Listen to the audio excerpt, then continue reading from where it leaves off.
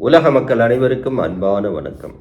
அன்பு நேர்களே, நான் உங்கள் வேதாச்சாரியார். நேர்களே, இந்த பதிவில் மகா சிவராத்திரி அன்று என்ன வழிபட வேண்டும், ஏன் வழிபட வேண்டும், எப்படி வழிபட வேண்டும் அப்படிங்கிறத இந்த பதிவில் பார்ப்போம். நிறைய பேர்களுக்கு சிவராத்திரி வழிபாடு எப்படி செய்கிறது அப்படிங்கிறது தெரியல.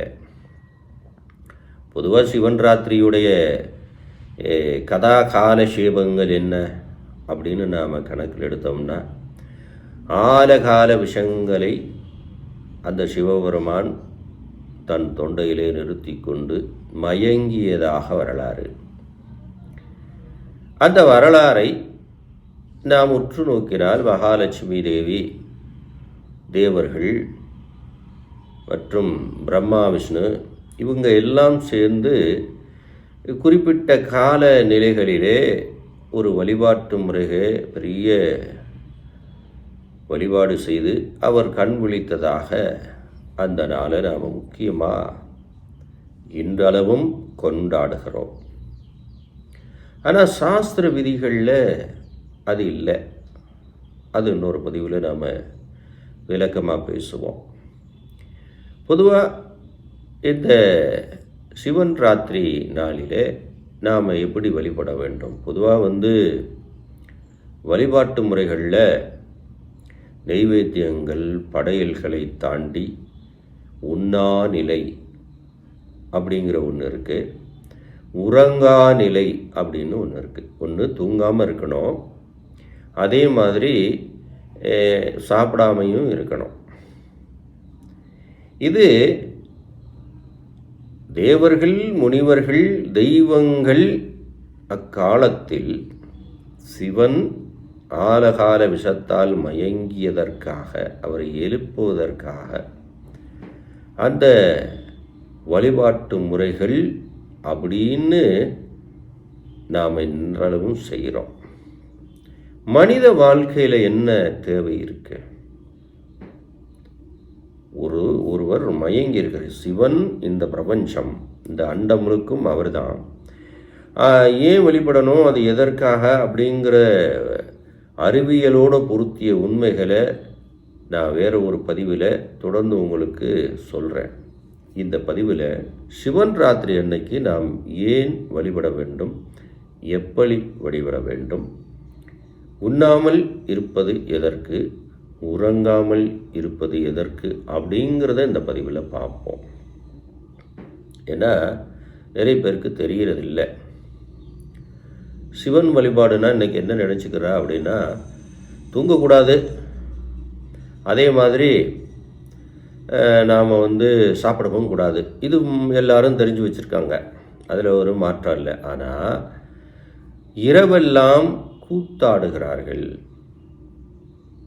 மந்திர ஜபங்களை மறந்து ஆடுறது, டான்ஸ் ஆடுறது, பாட்டு பாடுறது, சினிமா பார்க்குறது, இந்த மாதிரி தூங்காமல் இருக்கிறதுக்காக ஏதோ பண்ணுறாங்க.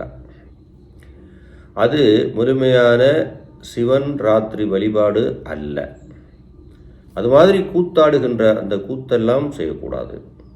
அதை முதல்ல தெளிவாக தெரிஞ்சுங்க. இன்றைக்கி இருக்கிற நவீன மய காலத்தில் ஏதோ கற்பனைக்கு எட்டிய கதைகள் எல்லாம் செய்து கொண்டு செய்கிறாங்க.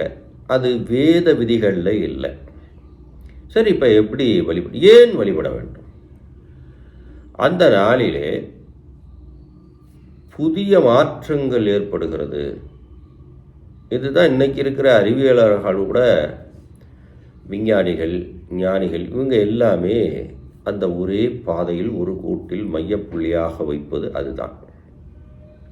அந்த நாளில் நாம் கண் விழிக்கணும். இந்த பிரபஞ்சம் அண்டவெளியில் நாம் உண்ணா நிலையில் இருக்கணும்.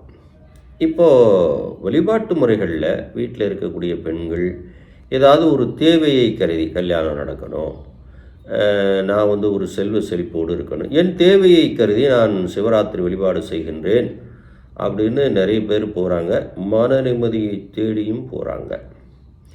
அந்த நாளில் உண்ணாமலும் உறங்காமலும் சப்த நிலையற்று இருந்தால் நமக்கு நம்மளுடைய எண்ணங்கள் செல்கள் புதிதாக மாறி நம்ம ஒரு புதிய பரிமாணம் எடுக்கின்றோம் அப்படிங்கிறது தான் வேத விதி. இப்போ வீட்டில் இருக்கக்கூடிய பெண்கள் ஒரு தேவையை கருதி நாம் வழிபாட்டு முறைகளை செய்யும்போது பஞ்சாட்சரம் இந்த ஓம் நமச்சிவாய மந்திரத்தை தாண்டி ஓங்கார மந்திரத்தை நாம் அமைதியான முறையிலே ஜபிக்கணும். ஓங்காரம் சொன்னாதான் தூக்கம் வராது. ஓம் நமச்சிவாய ஓம் நமச்சிவாய ஓம் நமச்சிவாயன்னு பஞ்சாட்சர மந்திரங்களை நீங்கள் சொல்கிறீங்கன்னா தூக்கம் வந்துடும். பெண்களுக்கெல்லாம் நிச்சயமாக தூக்கம் வந்துடும். இப்போ இந்த வெளிப்பாடு பண்ணுறதுனால நமக்கு என்ன கிடைக்கிது? அடுத்த நாளில் நமக்கு ஒரு புத்துணர்வு ஏற்படுகிறது.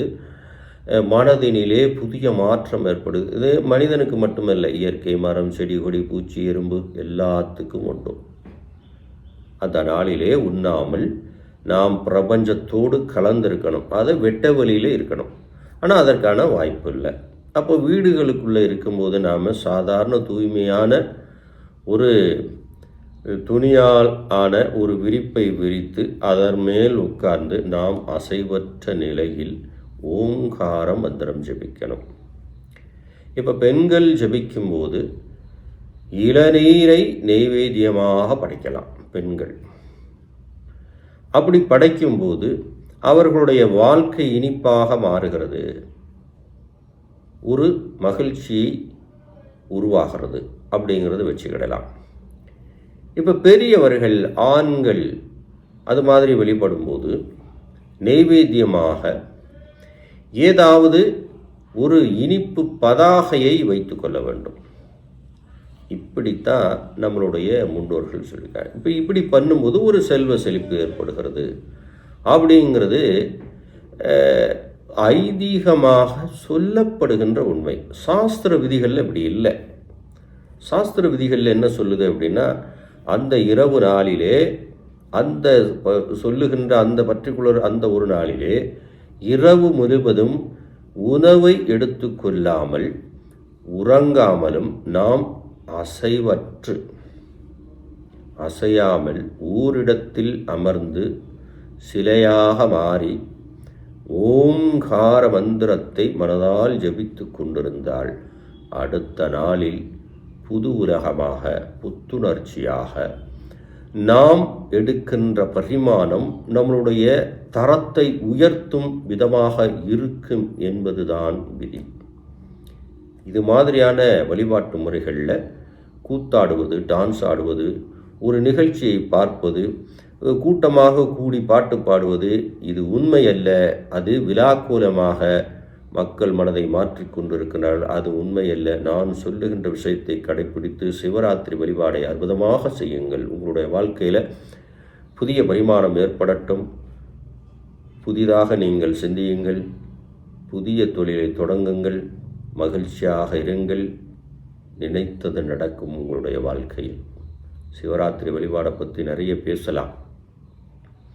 ஆனால் இன்னைக்கு இருக்கிற நவீன கூத்துக்களுக்கு விடை தரும் விதமாக இன்னும் 2 பதிவுகளை நான் விடுகிறேன்.